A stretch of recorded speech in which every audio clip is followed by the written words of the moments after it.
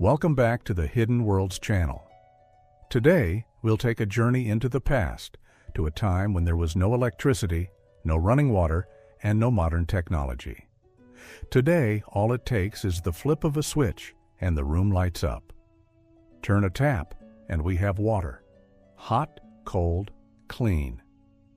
We turn on the stove, the washing machine, the oven, the microwave, the heating, or the air conditioning, and everything works. We don't stop to think how that's even possible or where all that comfort comes from. We take it for granted, but what if all of that disappeared? What if we found ourselves in a world where none of it existed? A world with no wires, no pipes, no cables in the walls. Where homes weren't connected to any network, with no electricity, gas, or running water. That was exactly what the Middle Ages were like. No switches, no batteries, no buttons. Everything we now see as ordinary and instant either didn't exist back then, or took hours or even days to achieve. Water? It wasn't always within reach. It had to be brought in, from a well, a stream, or collected rainwater. Every bucket was heavy, and if you had a household with multiple people, animals, a garden, a field, or a workshop, you needed a lot of water. People carried it in clay, wooden, or metal containers on their backs, shoulders, or carts.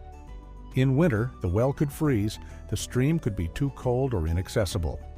And if you didn't have your own water source, you were dependent on public wells or neighbors' help. Water was used sparingly. It wasn't wasted.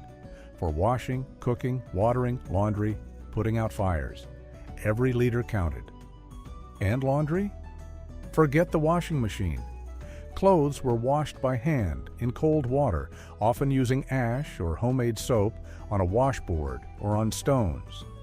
Washing wasn't a daily task, often not even weekly. Clothes were worn repeatedly, in layers, and got dirty quickly. Hygiene overall looked very different. There were no bathrooms, no showers, no toothbrushes, no flushing toilets. People washed only occasionally, partially, quickly, often just the face and hands. Less in winter, more in summer. In wealthier households, wooden tubs or metal bathtubs were sometimes used, but filling them with water, heating it, and then emptying it again was a half-day job. Most people bathed outside in a river or just wiped themselves down with a cloth. Instead of toilets, people used latrines, outhouses, or simply nature. Public toilets did appear in towns, but hygiene was generally on a completely different level from what we're used to today. And warmth? Today, we turn the thermostat, and the heating takes care of the rest. But in the Middle Ages, the only source of warmth was fire, in a stove, an oven, or an open hearth. Wood had to be chopped, gathered, carried, and dried. Someone had to light it, feed it, and keep it going. If the fire went out, the room was cold again. Building insulation was minimal. That's why in winter, only a few rooms were heated, or even just one. People slept covered in fur, fully dressed in several layers, often huddled together. And light? At night, the house was dark and quiet. When darkness fell, there was no real way to light the space. Light came from candles, torches, or oil lamps, but those were expensive, smoky, and burned out quickly. That's why people got up with the sun and went to bed when it set. Time was measured by daylight, the ringing of bells, or the position of the sun. Clocks were rare. People had to be much more in tune with nature, with light, temperature, rain, and the changing seasons. And what about food? In a time without electricity, there was no refrigerator. Food was preserved by salting, smoking, drying, burying it in the ground, or storing it in cellars. In summer, food was plentiful, in winter, scarce. Every meal required preparation from scratch, from starting a fire, grinding flour, chopping, stirring, cooking, all the way to cleaning up. There were no quick options, and if you didn't provide the ingredients yourself, by growing, raising, gathering, or trading, you were out of luck. Everyday life in the Middle Ages was built on physical effort, routine, and experience. Every task we now complete in minutes took long preparation, careful organization, and personal involvement. Someone had to start the fire. Someone had to bring water. Someone had to wash the dishes.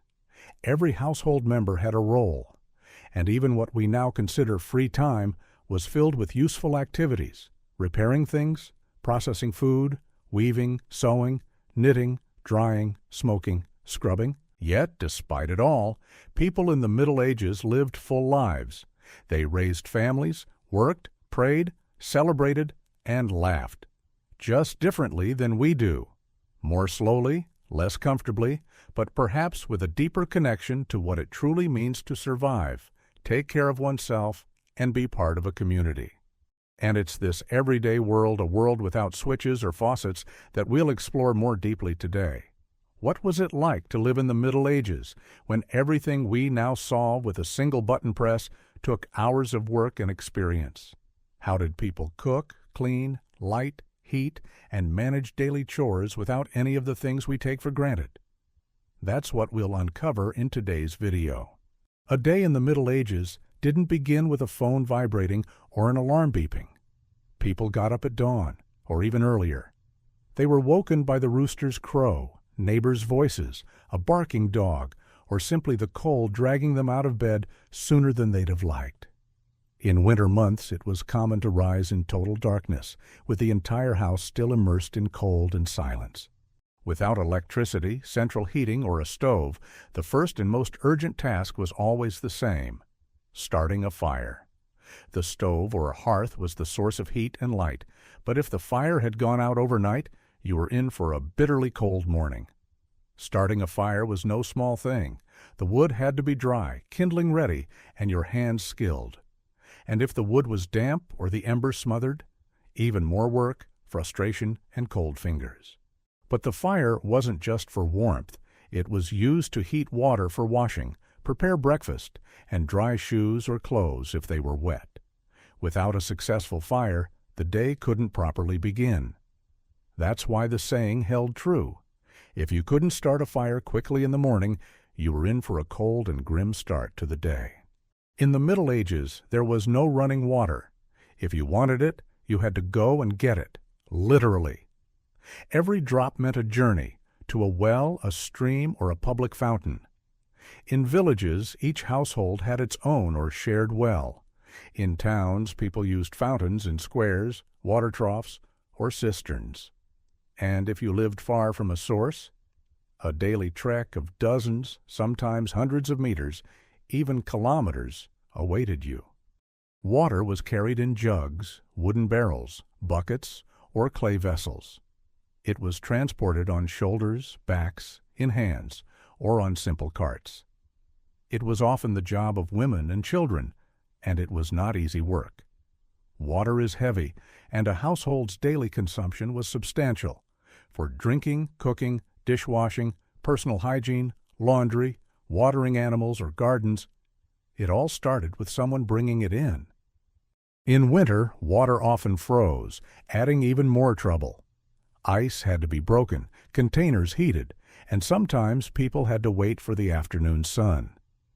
If there were several frosty days in a row, people sometimes had to dig into frozen ground to reach moisture or use snow which was melted by the fire. Water was precious and used sparingly. One container might be used in stages, first for cooking or tea, then for rinsing dishes, then for washing hands or feet, and finally perhaps for laundry. Clean water was valuable. Dirty water was reused as much as possible. It wasn't unusual for several people to wash with the same basin of water, always in order, from the cleanest to the dirtiest. In a world without running water, personal hygiene was a daily challenge. Washing was simple, done in a basin or bowl. Water was poured in, sometimes cold, sometimes heated over the fire, and hands, face, or feet were quickly rinsed. No flowing showers, no bubble baths. Morning washing took just a few minutes, but required logistics.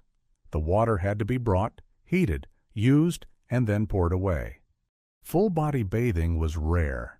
In villages, it usually took place outdoors, in rivers, ponds, or wooden tubs. If a household owned a tub, the whole family used it, usually in the same order and often in the same water.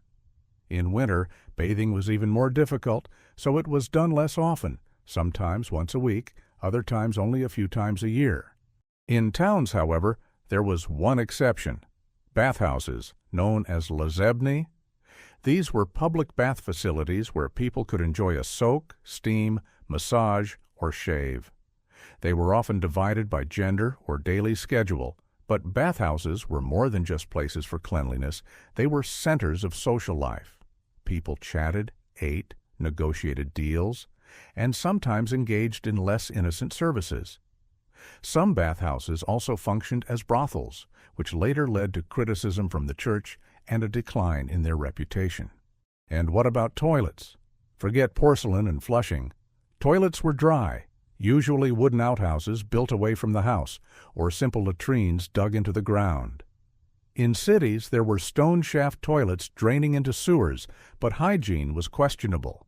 Instead of toilet paper, people used whatever was on hand: straw, hay, moss, rags, wood shavings, or smooth stones. The wealthy used cloth wipes, which were washed and reused. Public sewer systems were nearly non-existent, so waste was emptied into pits, manure heaps, or directly onto the streets. Smells, disease, and parasites were everyday realities. Yet, despite all this, people valued cleanliness, just in a different way. It wasn't about daily sparkle, but about maintaining basic bodily function and social acceptability within the limits of the time. And what was cooking like? Without electricity, gas, or modern kitchen gadgets, medieval cooking relied entirely on fire.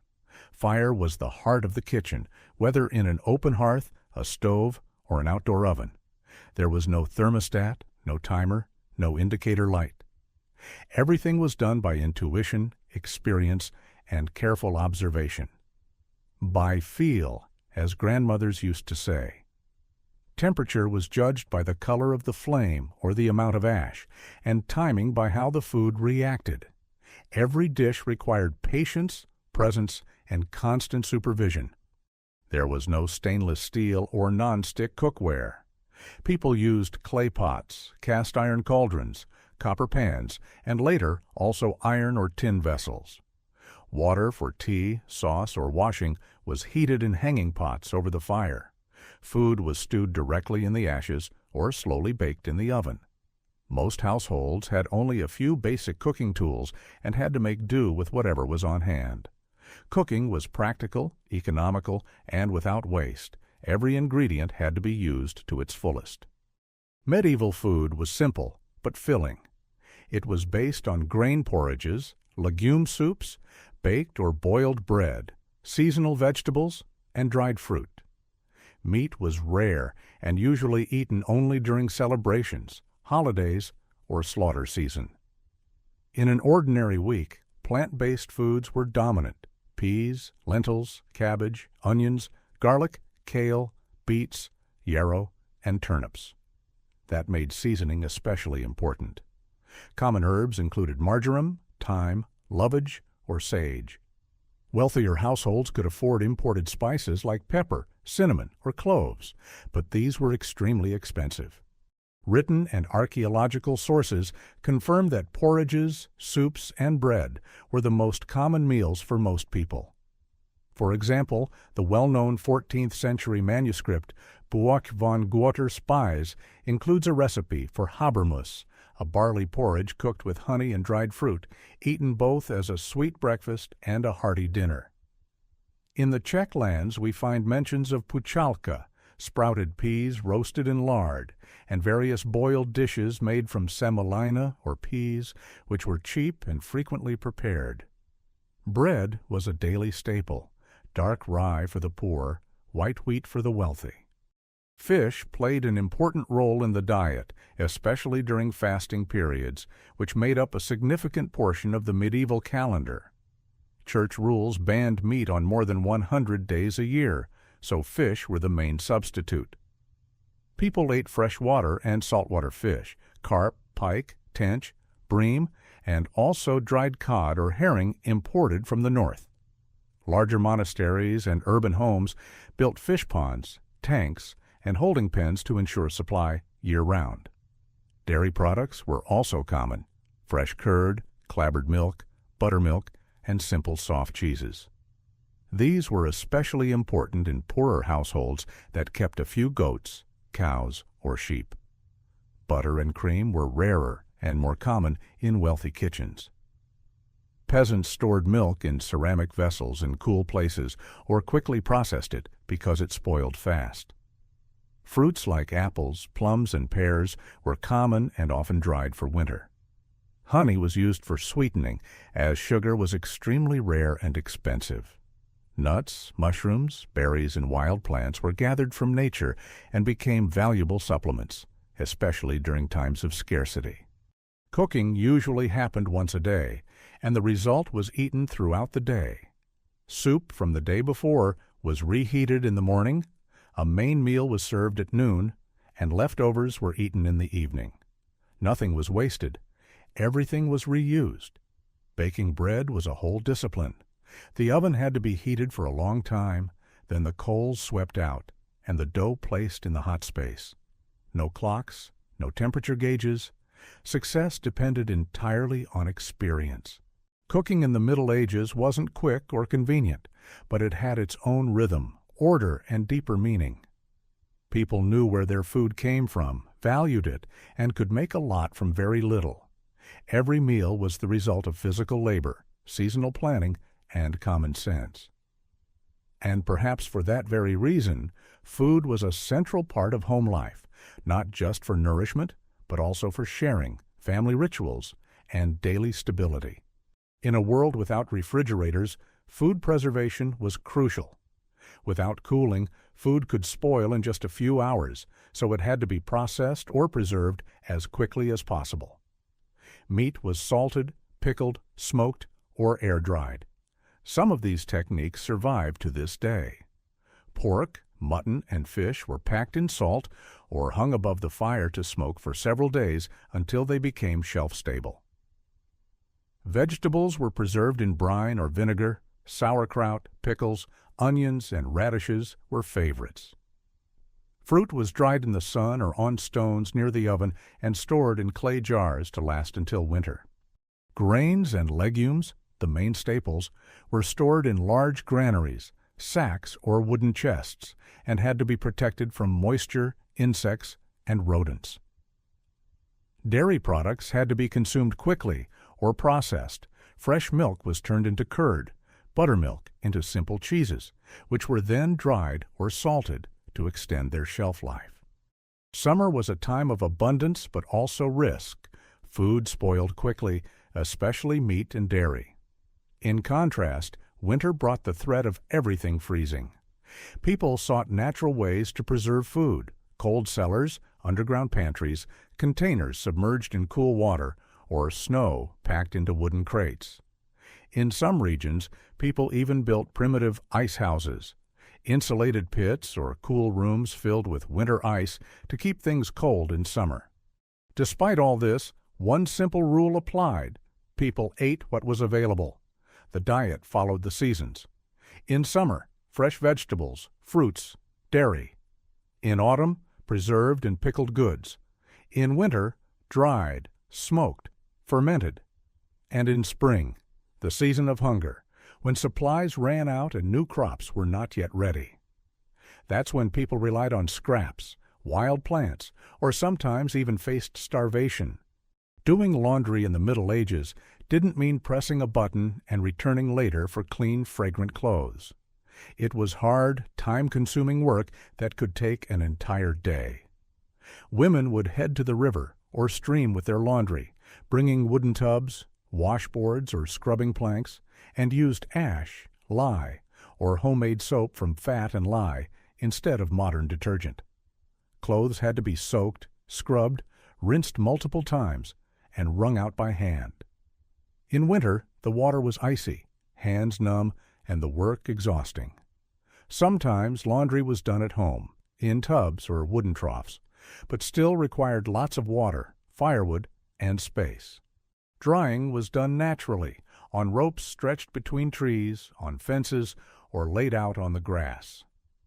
Damp weather delayed drying and often led to mold or the need to rewash already cleaned garments. That's why laundry was only done when absolutely necessary, typically every few weeks. Underwear and shirts were changed more frequently, but outer clothing was worn repeatedly, sometimes for long periods. House cleaning looked very different from today. There were no vacuum cleaners, microfiber cloths, or multi-purpose cleaners. Cleaning meant grabbing a broom, often handmade from bundled twigs, and sweeping a dirt or wooden floor. Tables and benches were scrubbed with water and sand or just wiped with a damp rag. Ash from the hearth had to be carried out regularly, or it would spread through the room. Windows, if glazed at all, were often dirty or shuttered with wood, and light and air entered only sparingly. And when rain or snow came, things got worse. Houses had little insulation, roofs leaked, ceilings dripped, and floors got damp. Mud and water were tracked inside by shoes and wooden clogs, and keeping a home clean was nearly impossible. Many homes had packed earth floors that turned into sticky sludge in wet weather. Maintaining order was a constant effort that never truly ended. Despite all the effort, medieval homes were often dark, smoky, and, by modern standards, very modest. After sunset in the Middle Ages, true darkness fell. Not the soft dusk we know from modern cities, but deep, black, silence-bringing night, in which outlines, colors, and a sense of safety vanished. Houses had no electric lighting, streets were unlit, and even indoors every source of light was rationed. Candles were expensive, made from beeswax or tallow, and the average person could not afford to burn them every evening. Records show that one candle or an evening's worth of oil could cost as much as a loaf of bread, a full day's meal for one person. Lamp oil was similarly scarce and accessible only to the wealthy. Poorer people often used no light at all or gathered by the fire, which served multiple purposes, providing heat, light, and a cooking source. Candles were mainly made from animal fat, tallow, melted and poured into molds around linen wicks. Tallow candles smelled strongly, smoked heavily, and burned unevenly, but they were cheaper than beeswax candles, which were considered luxury goods. Beeswax candles burned more cleanly and lasted longer, but were reserved mainly for churches, monasteries, and the nobility. Their production was labor-intensive. Beeswax had to be harvested from combs, cleaned, and processed, requiring beekeeping and much patience. For an average household, the most reliable light source remained the fire in the hearth. Even that had to be used sparingly. Fire was the heart of the home. Without it, there was no heat, no food, and no light. Yet fire was also a threat. Fires were frequent and devastating in medieval towns and villages. Wooden houses, thatched roofs, straw-covered floors, all burned fast and furiously. A single knocked-over candle or stray spark from the hearth could destroy a home, a street, or an entire village. That's why fires were carefully tended at night and never left unattended, and the arrival of darkness brought caution and a slowdown of all activities. Children grew up in an environment where darkness was a natural part of the day. They learned to navigate in the dark, to listen closely, to perceive space, and to orient themselves by memory. Evening activities were limited. No reading, no writing, no cooking. People talked, told stories, prayed, or simply went to bed. Life followed the sun, waking at sunrise and sleeping shortly after sunset. The rhythm of life adjusted to the seasons. In summer, workdays were longer. In winter, days were quieter. Evenings longer, but calmer and more introspective than active. Darkness wasn't merely the absence of light. It was a natural phase of the day with meaning, a time for rest, for sharing, and for reflection. While today we may see darkness as an obstacle, in the Middle Ages it was a natural backdrop, marking the end of day and the start of night. Sleep in the Middle Ages was nothing like today. 8 hours of uninterrupted rest in a private bed with a mattress, blanket, and silence was a luxury people of that era couldn't afford or imagine. Sleep was naturally segmented into 2 phases: first sleep and second sleep. After dark, people lay down very early, sometimes by 8 p.m., and slept for a few hours. Around midnight, they naturally awoke and stayed up for an hour or two, then fell asleep again until dawn. This nighttime interval was used for quiet work, reflection, prayer, or conversation. Physician and philosopher Thomas Cogan mentioned it in 1584, and many religious texts recommended night vigils as ideal times for spiritual cleansing. Historian Roger E. Kirch, who studied this 2-phase sleep pattern, wrote in At Day's Close that people often used this time for prayer, conversation, or intimacy. The body was rested, and the stillness of the night made it ideal. People slept wherever they could, and almost never alone. Entire families shared one room, often even with livestock, especially in winter. Animals helped warm the space and were protected from thieves or predators. The most common sleeping arrangement was a straw mattress, a sack or frame filled with straw, hay, leaves, or moss. This stuffing had to be changed often as it attracted insects and quickly molded. Covers included animal hides, rough linen, or woolen blankets. People slept in their clothes, sometimes with head coverings, because rooms were cold, drafty, and damp. The lucky ones slept on raised benches near the oven, where it was warmer and drier. Poor people often slept directly on the ground or on wooden benches. Privacy was almost non-existent. In many households, father, mother, children, and sometimes relatives slept together. In inns or on the road, it was not unusual for strangers to share a bed, not only out of necessity, but also for warmth. Historical records show that bed sharing was socially acceptable even among strangers in monasteries, hospitals, and inns for pilgrims. Noise also affected sleep, not only from other people and animals, but from outside. In towns, guards, bells, or drunkards could be heard at night. In the countryside, it was animals, wind, rain, or the rustling of straw. Still, sleep was seen as an important part of life, not just physically but spiritually. People believed dreams conveyed divine messages, voices of the dead, or premonitions. Night was not just for rest, but also for quiet reflection, something we often lose today in the glow of our screens.